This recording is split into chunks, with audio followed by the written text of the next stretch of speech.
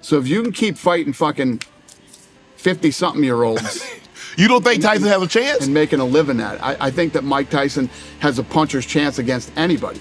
Mike's 58 years old. You know what I mean? And Right. I hate doing this because Mike gets mad at me every time I do this, but Mike shouldn't be. Dana White didn't hold back with slamming the Mike Tyson versus Jake Paul fight, questioning the legitimacy of the matchup. He criticized the idea of a 58-year-old Tyson, who hasn't fought in over a decade, stepping into the ring against a 28-year-old in his prime. White's disdain highlights the controversy and skepticism surrounding this bout. Money he says he's making, Showtime Boxing wouldn't have gone out of business, and Showtime would have made sure they kept paying him. Right. But he's doing it. You know, what do I think of the Mike Tyson fight? Yes. Tyson's 58 years old. You know what I mean? Jake fought a guy who was his age and who was also considered a boxer. Our USC boss, Dana White, didn't mince words about Jake Paul either. He pointed out that this is just another one of Paul's trademark moves, handpicking older retired athletes to make it look like a legitimate fight. In reality, it's just a circus act. White didn't just criticize the fighters. He called out the entire gimmick as a cash grab dressed up as a fight. This so-called legendary matchup is all smoke and mirrors, and White is calling it out for exactly what it is. No, under any circumstances, a fucking almost 60-year-old man shouldn't be fighting a 27-year-old guy under any circumstances, even if it's Mike Tyson. So it's just this.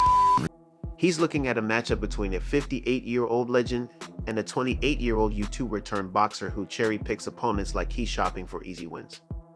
Dana's disbelief wasn't just palpable, it was practically a knockout punch. When this fight happens, Tyson will be 58 years. I'm worried about it. Under any circumstances. Forget about being a fighting legend for a second. This man is pushing 60 with years of wear and tear on his body. Jake Paul's idea of leveling up his career shouldn't involve dragging icons out of retirement just to land a few Instagram-worthy punches. Dana White really turned up the heat by highlighting Jake Paul's opponent's strategy. Dana pointed out what we've all been thinking but maybe didn't want to say out loud. Jake doesn't fight people he might lose to. He goes after retired athletes, aging fighters who are way out of their prime. And he was getting this like rep, like, oh, they're protecting their golden goose, whatever. And I remember, it's so funny. I remember the Jan fight. I was like, oh, they're done with him. They're gonna feed him to Jan. They don't think he's got it. Dana called it out for the blatant clout chasing it is. The list of opponents: Tyron Woodley, Anderson Silva, and now Tyson. Reads like a retirement home roll call. It's not about proving himself as a legitimate boxer.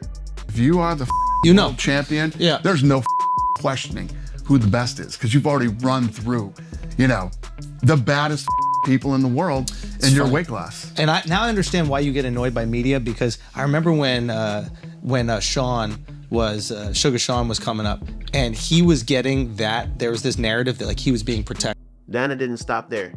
He dropped another bomb by bringing up the Showtime boxing situation. And let's not forget Dana's jab about Jake's loss to Tommy Fury.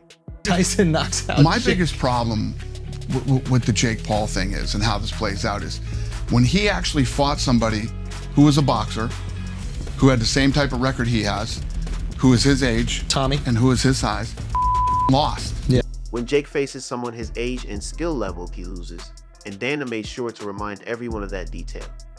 He emphasized how Jake's entire shtick crumbles when the playing field is level. Jake needs Tyson and needs all these other people, because everybody's going to tune in to hope that Mike Tyson knocks him out. Right. They're not tuning in because they think Jake Paul's a great fighter and they want. Dana's perspective cuts through the fluff and gets to the heart of the issue. This fight wasn't about honoring the sport or giving fans a legitimate contest. It was a cash grab. Tyson brought the legacy, Jake brought the social media hype, and together they turned the ring into a stage for something that barely resembled boxing.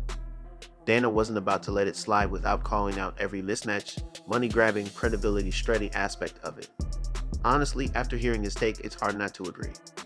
On the night of the fight between Jake Paul and Mike Tyson, the spectacle left everyone with mixed feelings.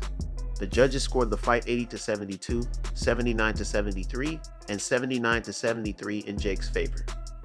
Despite these scores suggesting a close battle, Paul dominated.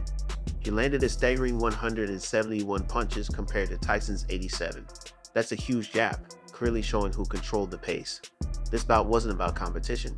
It was about spectacle, and Dana made sure to expose that reality, highlighting the issues with such mismatched and commercially driven fights.